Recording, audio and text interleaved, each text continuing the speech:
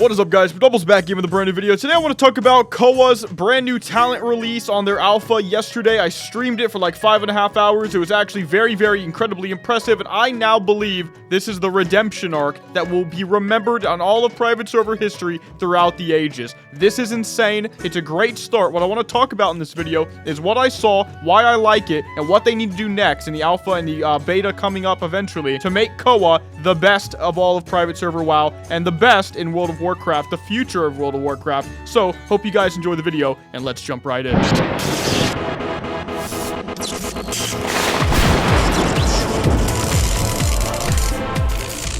Okay, so guys, we are on Mcdoubles right now. Sun Cleric I played during my stream yesterday when, Koa just came out with brand new talents that look a little something like this, and you might recognize them as they are based on the Dragonflight talent system that recently came out for retail WoW. Now, I made a few classes on stream and played it with you guys, and I'll be honest, I was very impressed by what I saw. I really like the way this looks. It's better than I imagined it being, and I want to talk about it today, because I now think I'm suddenly hyped again for Koa, first of all, but I think this is the future of private server World of Warcraft. I don't see how classless WoW, and I really don't even see how Vanilla Plus WoW are going to compete with Conquest of Azeroth if this ends up being the way that it looks to me right now, which is incredibly well done, incredibly diverse, and really well designed. The only thing I'm worried about when it comes to Koa is the same thing I've been worried about since the beginning, one of them, right, which is ability bloat, the ability to have far too many abilities on every single class, but we don't know yet. I have to try all the Koa classes with the brand new talents and get more recommendations from you guys, so let me know in my Discord, DM me, let me know in the comment section how the class feels to you that you've tried on Koa, so I can get more info. But for now, this is looking nuts. I want to talk about it today, so let's just get into it. So basically, guys, I feel like Koa went a really long time disappointing us.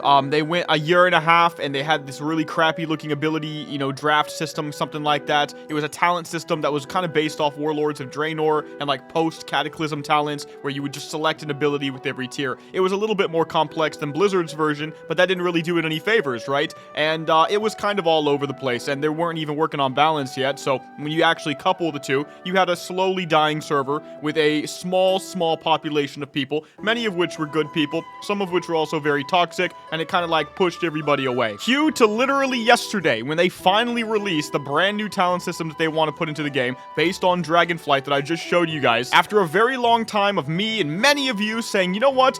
I want real talents in this game. It would make it a better game. And actually, Liquid and Dutch and all of them at the Ascension team delivered, and I actually am very impressed. I didn't actually know if they would. I was just as negative as many of you, perhaps more so, because obviously I rely on this to some degree. And I'll be honest, I really didn't think it was going to be this good. As you can see in the background, you can see some Sun Cleric play right now, where I'm in a BG, having so much fun, dominating other people, really liking the flow of this class so far with the 2H Seraphim spec. I love the names, love the icons, love the animations. I think it's beautiful. When you actually factor in the idea, and we'll get into this as well, of them including their Mythic Plus system, their Ascended rating system, and their progression to different expansions, this, I think, is going to be the next best thing. Whereas I lost hope, honestly, about a year ago, and I didn't actually think that before yesterday. Now, I really don't think my opinion on this is going to change, but I do think a couple more things need to actually be solidified in the alpha and beta stages, so they have, let's say 6 months if Liquid is correct, and this game is coming out at the end of the year. A couple other things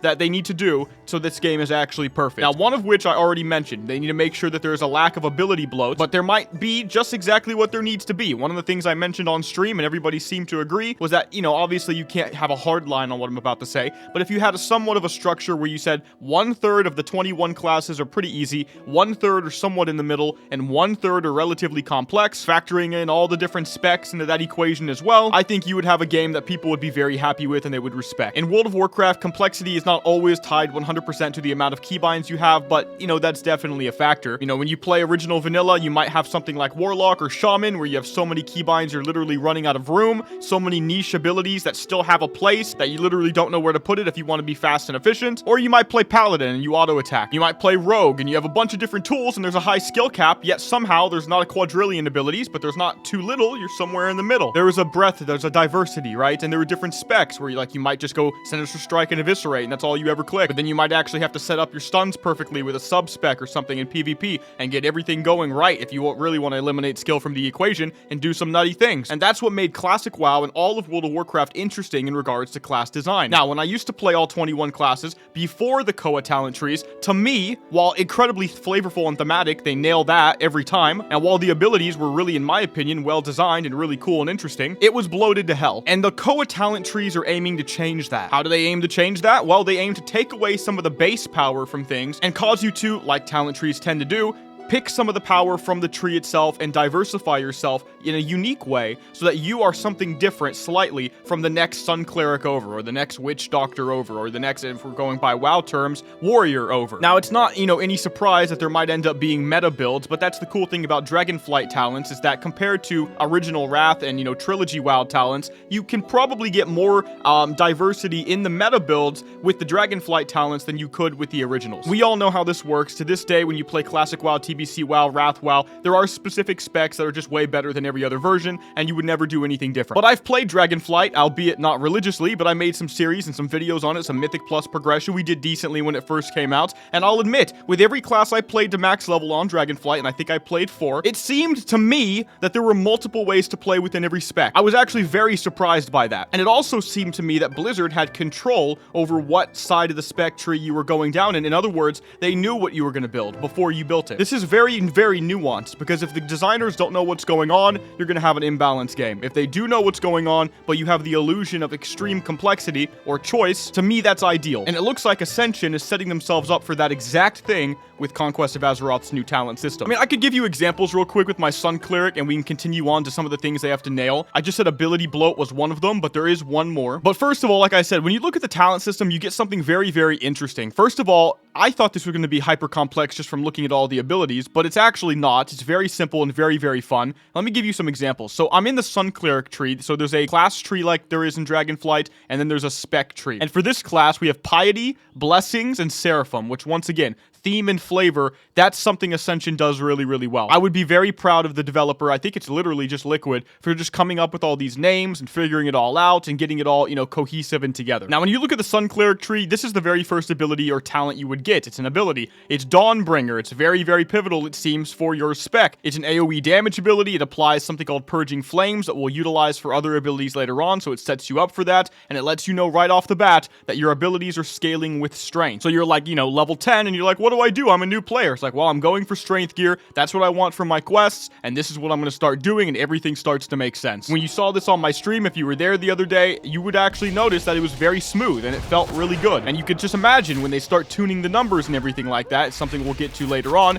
this is going to end up being incredible. Now, the very next two talents I get the option of are Seraph's Oath, which is going to let me push towards a tank build, right? Increasing threat generation, increasing my armor, my block rating. But I can also go over here to Sunsworn, increasing my physical damage by giving me more melee attack speed when I attack. And things start to make perfect sense in this regard, because I can still go into Glorious Execution with either of the two, giving me another melee ability that actually seems to hit really hard and generates my mana, so I can have a way to regenerate mana right off the bat. They're really thinking about this early on, But I can also, in the DPS side of things, go for this brand new ability, which made my life so much better. I had so much more fun, because I don't have a gap closer with this yet, which I think is actually a good thing, but I was able to get Chains of Light giving me a slow. So I had a slow very early on, and I knew what the limitations of my class were, and the stream saw it as well. I didn't have mobility. There were times where 40-yard range, rangers just like pew-pewed me, and it was kind of an F, you know what I mean? But when I got this ability, things became a lot easier, and it was also super thematic with an awesome animation, awesome VFX and sound effects, and I loved it. And not only did I love it, but I immediately recognized the potential where this actually finally felt cohesive, and things started to make sense. No longer were they slapping a quadrillion different random abilities on every spec, and you just had to somehow figure out what abilities made the most sense together. Now, you were building yourself towards something that made sense from the beginning, not starting at level 33 like it, believe it or not, randomly was before, but at level 10 when you get your talents like a normal person, a normal World of Warcraft, right? All the way to now 50. I recognize this, I really liked this, and I just thought it was worth talking about today, because honestly, in my mind, this is like my first impression review of the new Koa talents,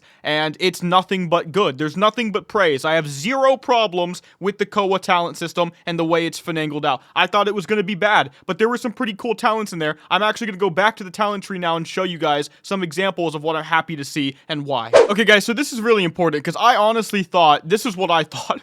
I thought they were just going to throw all these random abilities in this tree that they had before and just call it a day. They didn't, though. There's actual real nuance in here. This is a good example I accidentally hovered over. Just a straight up regular passive talent that increases your healing done by 5%. That is really, really cool. I like that a lot. I know it's a little thing, but it's a true talent system when you could have passives. They did not have regular talents before. There were none. All of your power was just baked in, and it was really, really clunky and all over the place. You still have your abilities, but they make sense, and you can't have everything in the world, whereas before, you could damn near have everything in the world. You have interesting stuff, like increasing your rage by a certain percentage. Passive stuff that's very nuanced, like this one. After casting a fire spell specifically, your next direct holy spell is going to cost less and do more damage. It stacks up to 3 times. You have ways to go tank, as I said, ways to stay DPS. You have things you could get, but you don't have to. I could get Shine over here if I wanted to, which generates holy power and heals somebody on a quicker cast than the baseline illumination, right? But I've also got Radiant Flame, which I don't have by default, a castable while moving, kind of like Scorch while moving type of thing, but longer cast time, that does fire damage, and you can kind of see that. It also costs Rage, but it's a caster spell, and everything is going to end up playing into each other, and it makes a lot of sense. Then you double down into the actual class tree itself,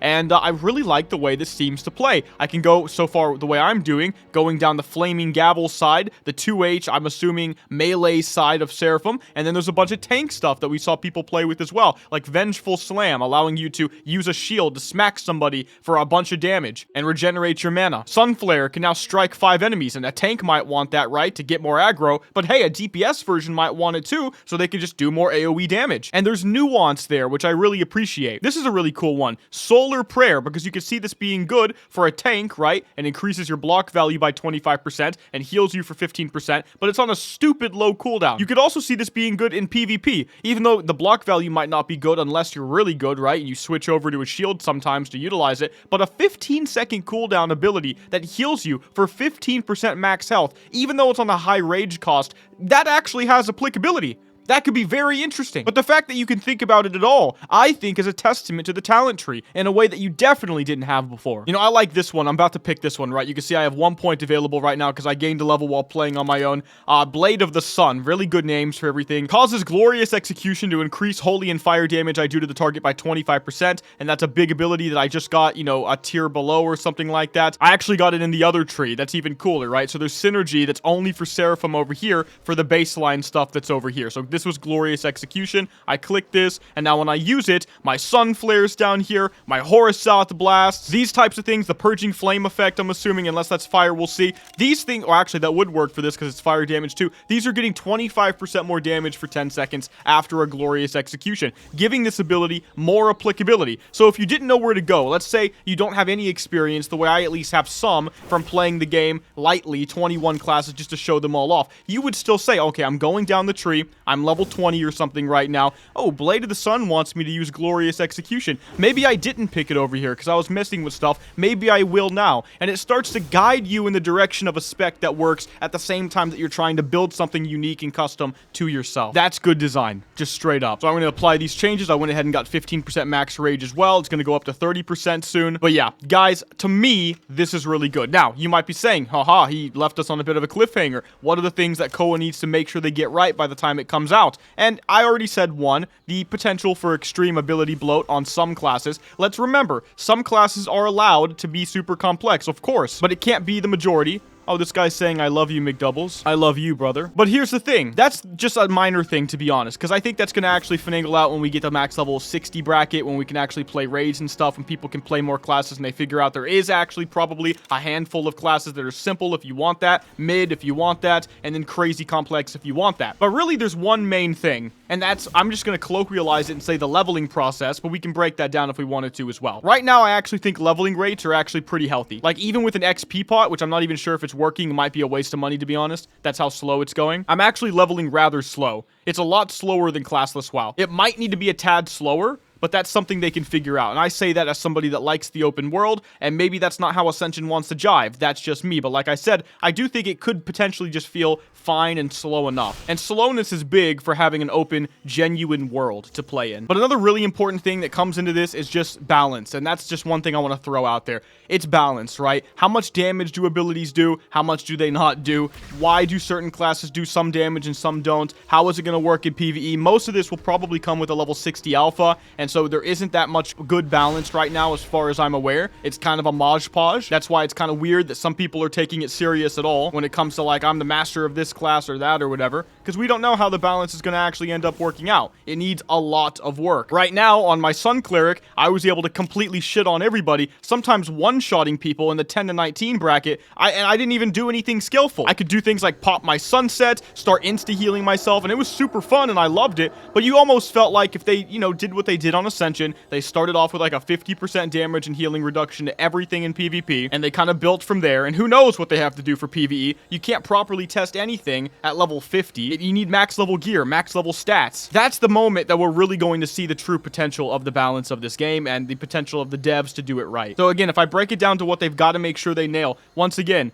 ability bloat, and I think that also goes hand in hand with ability and talent balance in both PvP and PvE. And then I would say again, making sure the open world feels alive with slower leveling rates overall. Possibly this is good enough, we'll have to see. And then at that point, my friends, I think you have something that might constitute as the best version of any private server that we've ever gotten in the history of private servers, in my honest opinion, as somebody that likes custom. The reason I say that is because you have to remember what the end game goal is for Koa. They've already said this themselves, but I knew this as well before, that what they're going to do is they're going to take every single thing that makes modern classless Ascension WoW good and just put it on Koa. That includes things like woodcutting, the, I'm assuming, brand new fletching skill when that comes out, the player housing skill when that eventually comes out. Roly-poly-oly over here? What the hell's going on? See, I mean, this is so good, dude. Anyway, but that also includes the mythic dungeons that just came out for all of the new original vanilla dungeons, like Zul'Farrak or Wailing Caverns or Dead Mines. Super thematic and already a great selling point. The Mythic Plus system, the rating that you have on Ascension, which quite honestly is the best that you can get outside of retail WoW, and it actually has a mythic and ascended,